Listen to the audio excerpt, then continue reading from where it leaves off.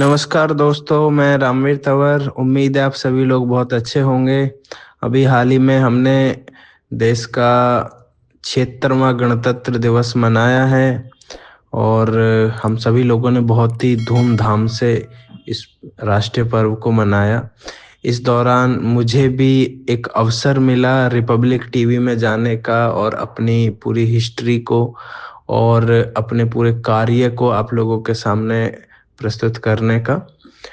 इस दौरान बहुत सारे सवाल एंकर्स ने पूछे कि किस तरह से ये जर्नी शुरू हुई, कैसे कैसे हमने काम किए, किस तरह से लोगों ने सहयोग किया। तो मैं इस बारे में आप सभी लोगों के साथ एक वीडियो शेयर करके वो पूरी जर्नी फिर से आपके लोगों के सामने मैं साझा कर रहा हूँ, क्योंकि आप ही वो लोग हैं जिन्होंने इस जर्नी को यहाँ तक पहुंचाया है। आप सभी लोग इस जर्नी का बहुत ही प्रमुख हिस्सा रहे हैं। इसलिए मेरी जिम्मेदारी बनती है समय समय पर कि मैं आप लोगों को धन्यवाद बोलने के साथ साथ रिमाइंड कराता रहूं कि अभी यह सिर्फ एक मात्र शुरुआत है। अभी सिर्फ हमने कुछ राज्य इस भारत देश के कवर किए हैं जहाँ पे हम अपने काम को करने में सक्सेसफुल हुए हैं, लेकिन अभी धीरे धीरे हमें पूरे राज्य कवर करने हैं, हजारों तालाब करने हैं। और तालाब करने के साथ साथ पेड़ लगाने के साथ साथ जो सबसे महत्वपूर्ण चीज है वो ये है कि हमें हजारों लाखों पॉन्ड मैन तैयार करने हैं।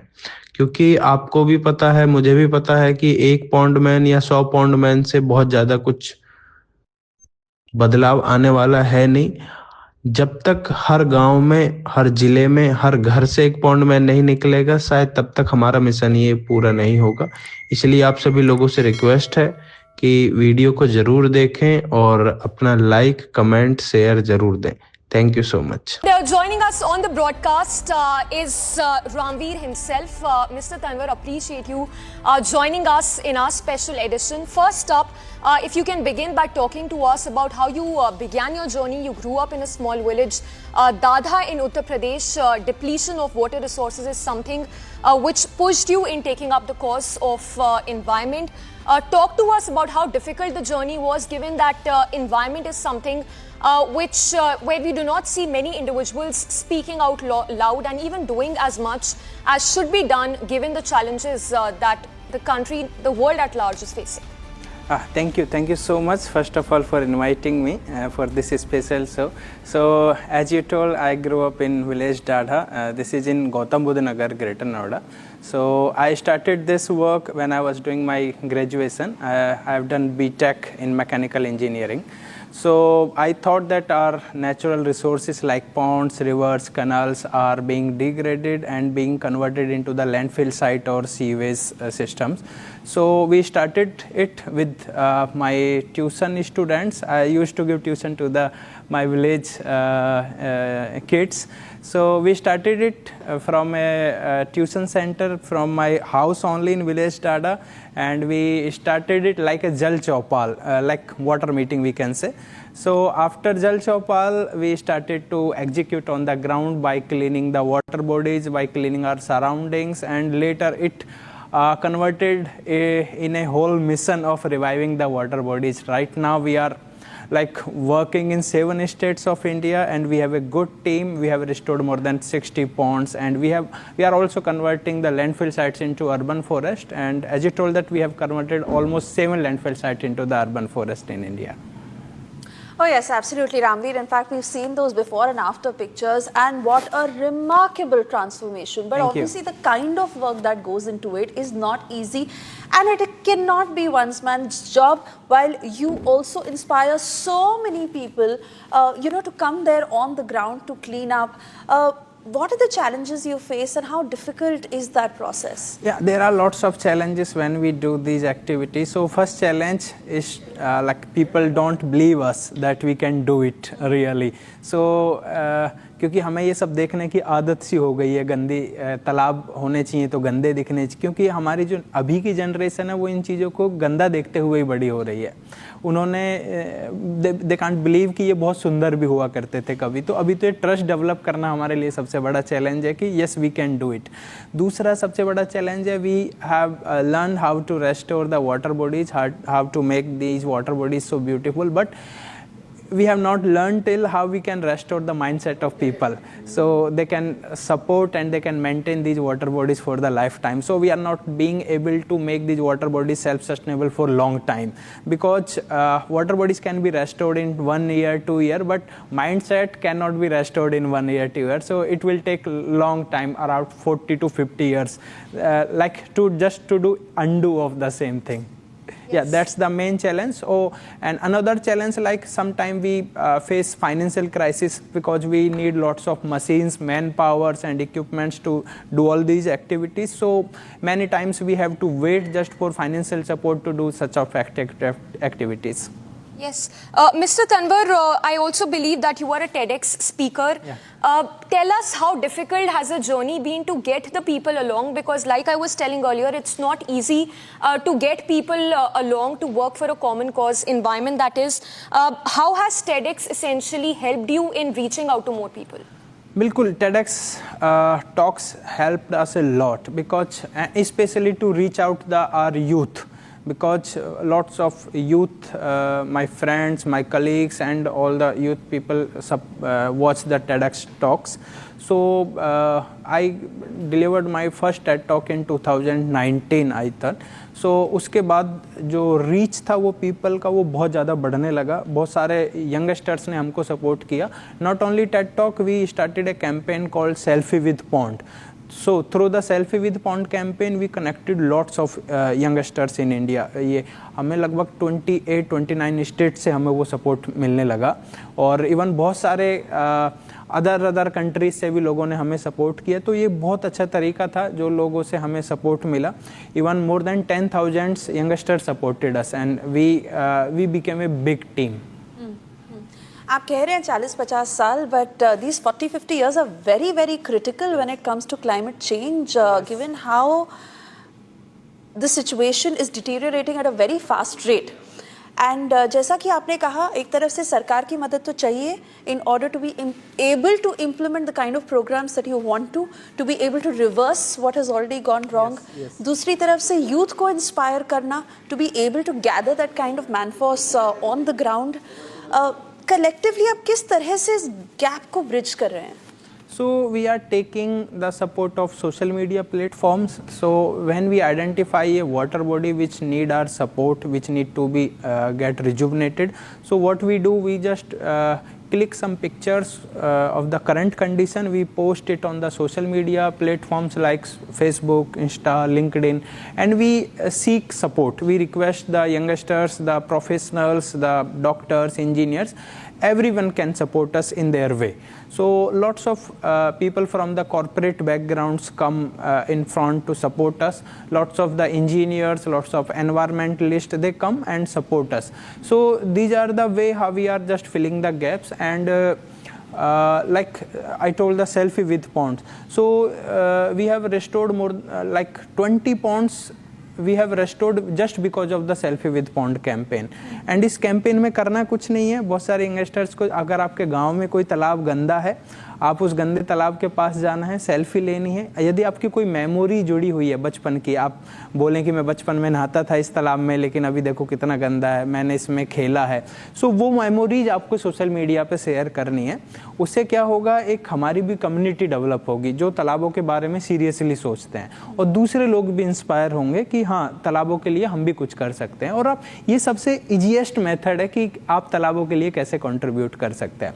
सोशल मीडिया एक तरीका हो गया, जल चौपाल एक तरीका हो गया. हम बहुत सारे कॉलेजेस, स्कूल्स, यूनिवर्सिटीज़ में जाते हैं ताकि हम यूथ से जुड़ सकें. उनको आज की जो करंट कंडीशन है, प्रेजेंट कंडीशन है तालाबों की, वाटर बॉडीज़ की, वो उनको बता सकें और वहाँ से हमें सपोर्ट मिल सके. तो बहुत सारे वॉलंटियर्स एंड इंटर्न्स इस तरह की यूनिवर्सिटीज़ से सामने आते हैं जो सपोर्ट करते हैं हमें. जी. और हमें थोड़ा सा और बताइए कि कितने सारे स्टेट्स हैं जहाँ पे आप काम कर चुके हैं अभी, और ऐसे कौन से स्टेट्स हैं जहाँ पे आपको लगता है कि अभी काम करना बाकी है, जहाँ पे डिप्लीशन बहुत तेज़ी से हो रहा है? बिल्कुल. अभी हम जैसे यूपी में हम काम कर रहे हैं. सहारनपुर है, गौतम बुद्ध नगर है, बुलंदशहर है, हापुड़ है, नोएडा, गौतम बुद्ध नगर, गाजियाबाद, बहुत सारे डिस्ट्रिक्ट्स में हम काम कर रहे हैं. ऐसे ही हरियाणा में पलवल है, मानेसर, गुड़गांव, इधर राजस्थान भिवाड़ी है. ऐसे, और उधर एमपी में कर रहे हैं, गुजरात में कर रहे हैं, कर्नाटका में कर रहे हैं। तो ये बहुत सारे स्टेट्स हैं जहाँ पे हम काम कर रहे हैं। ऑलमोस्ट अभी हम 7 स्टेट्स में हमारे पास रनिंग प्रोजेक्ट्स हैं, और हम चाहते हैं कि बहुत जल्दी हम दूसरे स्टेट्स में भी काम करें। जैसे पंजाब में अभी बहुत ज़रूरत है। पंजाब का अगर आप ग्राउंड वाटर देखेंगे तो लोगों को ग्राउंड वाटर की वजह से कैंसर बहुत ज़्यादा हो रहा है।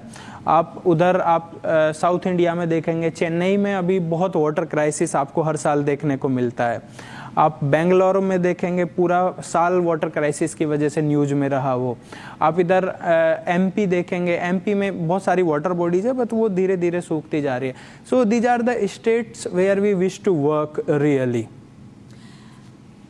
आप जब किसी को डिटीरियोरेटिंग एनवायरनमेंट के बारे में उसके इम्पोर्टेंस समझाना चाहते हैं, आप क्या कहते हैं? क्योंकि आज इस माध्यम से रिपब्लिक डे के दिन जब इतने सारे लोग आपकी बात सुन रहे हैं, क्या आप उनको बोलना चाहते हैं? बिल्कुल, देखिए हम जब भी जल चौपाल में लोगों के साथ कनेक्ट होते हैं तो हम उनको उसी चीज़ से रिलेट करते हैं कि पहले, आज से 20 साल पहले जब ग्राउंड वाटर 10 फीट 15 फीट पे अवेलेबल था, आज वही ग्राउंड वाटर 150 फीट 200 फीट पे अवेलेबल है। तो ये पिछले 20 साल में अगर इतना चेंज आ गया है, ग्राउंड वाटर इतना डिप्लीट हो गया, तो आप अगले 20 साल का सोच के देखिए कि कहाँ पे होगा। और जिस तरह से बहुत सारे शहर हमारे ऑलरेडी वाटर क्राइसिस की वजह से न्यूज़ में आने लगे हैं, डे जीरो की हम बात करने लगे हैं इंडिया में बैठ के, वैसा ही है। और ये सब कुछ होता है क्योंकि हमें, जब हमारा संविधान लागू हुआ था तो हमें हमारे फंडामेंटल राइट्स और फंडामेंटल ड्यूटीज़ दोनों हमें मिले हैं। तो हम फंडामेंटल राइट्स की तो कहीं ना कहीं बात करते हैं, हम उसके लिए धरना भी देते हैं, प्रदर्शन भी करते हैं, डिमांड भी करते हैं, लेकिन हमारी जो फंडामेंटल ड्यूटीज़ है उसमें एक फंडामेंटल ड्यूटीज़ है टू प्रोटेक्ट आवर एनवायरनमेंट। उस एनवायरनमेंट को प्रोटेक्ट करने के लिए जो भी हमें ड्यूटीज़ है, जो हमारे कर्तव्य हैं, वो भी हमें बहुत अच्छे से निभाने होंगे, तभी शायद हम अपने मौलिक अधिकारों को भी डिमांड कर सकते हैं। तो हमें आज जो, अगर आप अपने बुजुर्गों से पूछेंगे तो उन्होंने जो वाटर बॉडीज़ में तैरना सीखा है, गांव के तालाब में उन्होंने जो नहाना सीखा है, उसी वाटर बॉडी को आज हम एक गंदे सीवेज टैंक के फॉर्म में देख रहे हैं, उसी वाटर बॉडीज़ को हम लैंडफिल साइट के फॉर्म में देख रहे हैं। अब आप सोचिए, हमने नेचुरल रिसोर्सेज को एंजॉय किया है, पिछली पीढ़ी ने हमसे ज़्यादा किया था, लेकिन आप इमेजिन करिए कि अगली पीढ़ी क्या करेगी। अगली पीढ़ी शायद इनको लैंडफिल साइट की शेप में ही देखेगी और वो कभी नेचुरल रिसोर्सेज का एंजॉय नहीं कर पाए। आज हम साफ तालाब देखने के लिए हम 200-300 किलोमीटर जाके पहाड़ों पे जाके देखते हैं, हम जाके दूसरे स्टेट्स में जाके एनसीआर वालों को साफ तालाब देखना मतलब मुमकिन ही नहीं होता है। तो अगर हमें वाटर बॉडीज़ को साफ देखना है और हम चाहते हैं कि हम रियली सस्टेनेबल डेवलपमेंट करें, तो सस्टेनेबल डेवलपमेंट का सीधा सा मतलब है, जिस तरह से हमने नेचुरल रिसोर्सेज को देखा है, उनको एंजॉय किया है, हमारी अगली पीढ़ी भी उसी तरह से देखे। अदरवाइज जिस तरह से आज हम अपने बुजुर्गों के लिए बहुत प्राउड से बात करते हैं कि उन्होंने नेचुरल रिसोर्सेज को इतने अच्छे से रखा था, तो अगली पीढ़ी शायद हमारे बारे में उतने प्राउड से बात नहीं करेगी, उल्टा हमें गाली देगी। तो इसीलिए हमें आज बहुत सोच समझ के नेचुरल रिसोर्सेज को यूज करना। These are our heritage, natural heritage, और हमें देश को ध्यान रखते हुए इन नेचुरल हेरिटेज को भी ध्यान में रखना है। Yes. Mr. Tanwar, like you were mentioning earlier, you've spearheaded restoration of 60 water bodies. If I were to ask you कि आपका गोल क्या है नेक्स्ट 5 years में, आप क्या सोच रहे हैं, कितने और स्टेट्स में रेस्टोरेशन ज़रूरी है, और उस एरिया में आप कैसे अभी काम कर रहे हैं? बिल्कुल, हम धीरे धीरे, हमारी कोशिश है कि हम पूरे देश भर में ये काम शुरू करें, और देश भर में ही क्यों, हम पूरे अलग अलग देशों में भी अपनी सेवाएं दें। और ये पॉसिबल होगा बहुत सारे यूथ जब हमारे साथ कनेक्ट होगा। तो अभी हम क्या करते हैं, जिस गांव में भी हम तालाब को रिजुवनेट करते हैं, वहाँ पे हम कुछ यंगस्टर्स को ट्रेनिंग देते हैं, उनको सपोर्ट करते हो। ट्रेनिंग दें, जैसे हमारा तालाब का रेस्टोरेशन कंप्लीट होता है, हम उनको एक सर्टिफिकेट देते हैं, now you are the pond man for this village, now you are the pond warrior for this village, ताकि वो उस गांव के लिए, आसपास के गांवों के लिए हमारे क्लोन जनरेट हो सके। वो फिर हमारे, हम वहाँ पे रहें ना रहें फ्यूचर में, फिर वो आसपास के गांवों के तालाबों को साफ कर सके। या फिर कल को कोई गवर्नमेंट की स्कीम आ रही है तालाबों को रिजुवनेट करने के लिए, तो he can work as a resource person, और वो और सारे यंगस्टर्स को ट्रेनिंग दे सके। तो हम चाहते हैं कि देश भर में लाखों करोड़ों पॉन्ड मैन जब तैयार हो जाएंगे, पॉन्ड वॉरियर्स तैयार हो जाएंगे, तब शायद हमारा मिशन एक साथ बहुत अच्छे से लॉन्च भी होगा, और ये एक तरह से बहुत जल्दी जल्दी इम्प्लीमेंट होगा, और हम शायद देश के पूरे गाँव में और पूरे शहरों में, पूरे ज़िले में हम फैल जाएंगे और हमारी पॉन्ड वॉरियर्स की कम्युनिटी होगी जो हम लाखों करोड़ों तालाबों को एक साफ कर सकेंगे। तनवीर जी, आपका शुक्रिया करना चाहेंगे हमारे साथ आज जुड़ने के लिए, हमारे स्टूडियो में आने के लिए और इतनी ज़रूरी बात सभी तक पहुंचाने के लिए। It is extremely important that we wake up and we shouldn't actually be having conversations about day zero. It is concerning, as you say, especially for the generations to come. So I hope this message has gone across to all our viewers who are listening to you at this point on Republic Day. We have to slip into a very short commercial break right now. We'll be back on the other side as we continue with our special broadcast. Do stay tuned.